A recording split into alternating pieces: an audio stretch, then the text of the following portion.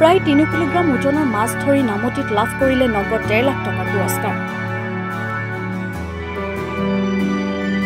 নামতি ৰজাবাৰীত অনুষ্ঠিত উত্তৰ পূৰ্বাঞ্চলৰ ভিত্তিত বৰশীৰে মাছ ধৰা প্ৰতিযোগিতা। নামতি ৰজাবাৰীত ফাৰ্মছ এছ'চিয়েশ্যনৰ উদ্যোগত ফুকন ফাৰ্ম হাউচত তৃতীয়বাৰৰ বাবে আজি অনুষ্ঠিত হৈছিল উত্তৰ পূৰ্বাঞ্চলৰ ভিত্তিত বৰশীৰে মাছ ধৰা প্ৰতিযোগিতা। এই প্ৰতিযোগিতাত ৰাজ্যৰ বিভিন্ন প্ৰান্তৰ প্ৰায় 220 গৰাকী প্ৰতিযোগীয়ে অংশগ্ৰহণ কৰিছিল।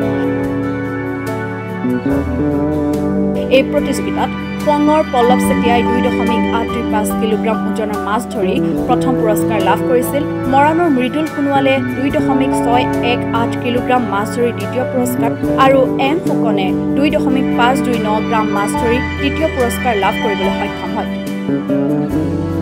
এই প্ৰতিযোগিতাত মুঠ 39 গৰাকী প্ৰতিযোগীক পুৰস্কাৰ প্ৰদান কৰা হয়। গেলেকীৰ পৰা ৱাহিদ আলীৰ ৰিপৰ্ট। আচলতে আমি যি ধৰণে আমি ঘোষণা কৰিছিলোঁ প্ৰাইজসমূহ, সেইমতে আমাৰ আজি প্ৰাইজসমূহ তেওঁলোকৰ মাজত বিতৰণ কৰা হৈছে আৰু এটাই ভাল লাগিছে, বতৰে আমাক অকণমান সহায় কৰিছে আজি। আৰু কাৰণ বৰষুণ দি থকা হ'লে হয়তো মাছো আৰু নাহিলেহেঁতেন।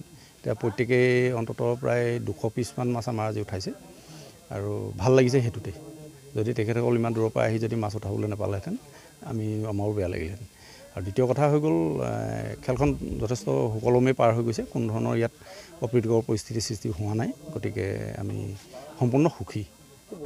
প্ৰতিযোগী প্ৰায় 220জনমান মানুহ আমাৰ হৈছে, তাতকৈ নহয়। আৰু আচলতে কিছুমান এই যিটো আমাৰ অনুষ্ঠান, এই বৰশী বোৱা প্ৰতিযোগিতাৰ অনুষ্ঠানটো যিধৰণে গঢ় লৈ উঠিছিলে, বৰ্তমান সময়ত ইয়াক এখিনি বৰ অসাধু ব্যক্তি লগ হৈ ইয়াক মানে ধ্বংসৰ মুখলৈ আগবঢ়াই নিছে। গতিকে তেনে এটা সময়ত এংলাৰসকলৰ মনো খুব ভাগি পৰিছে। বহুত এংলাৰে ইতিমধ্যে মানে এই খেলখনৰ পৰা আঁতৰিয়ে দিছে।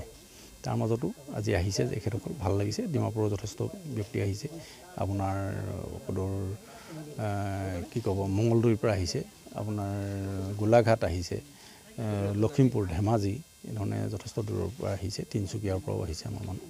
গতিকে আমি তেখেতসকল সকলোকে আজি আপোনালোকৰ যোগেদি ধন্যবাদ জ্ঞাপন কৰিছোঁ। হয়তো আমাৰ অজানিতে কোনোবাখিনিত কিবা ভুলো হৈ যাব পাৰে, গতিকে আমি ভাবিছোঁ তেখেতসকলে সেইখিনি আচলতে মই পাতিম বুলি ক'লেও হয়তো নহ'ব পাৰে, কাৰণ এইটো প্ৰত্যেকেই এটা কথা আমি স্বীকাৰ কৰিব লাগিব যে আমাৰ ওপৰত এজন আছে, তেখেতৰ কিবা হ'ব লাগিব এই ৰাইজৰ ইয়াত লগ পাবৰ কাৰণে।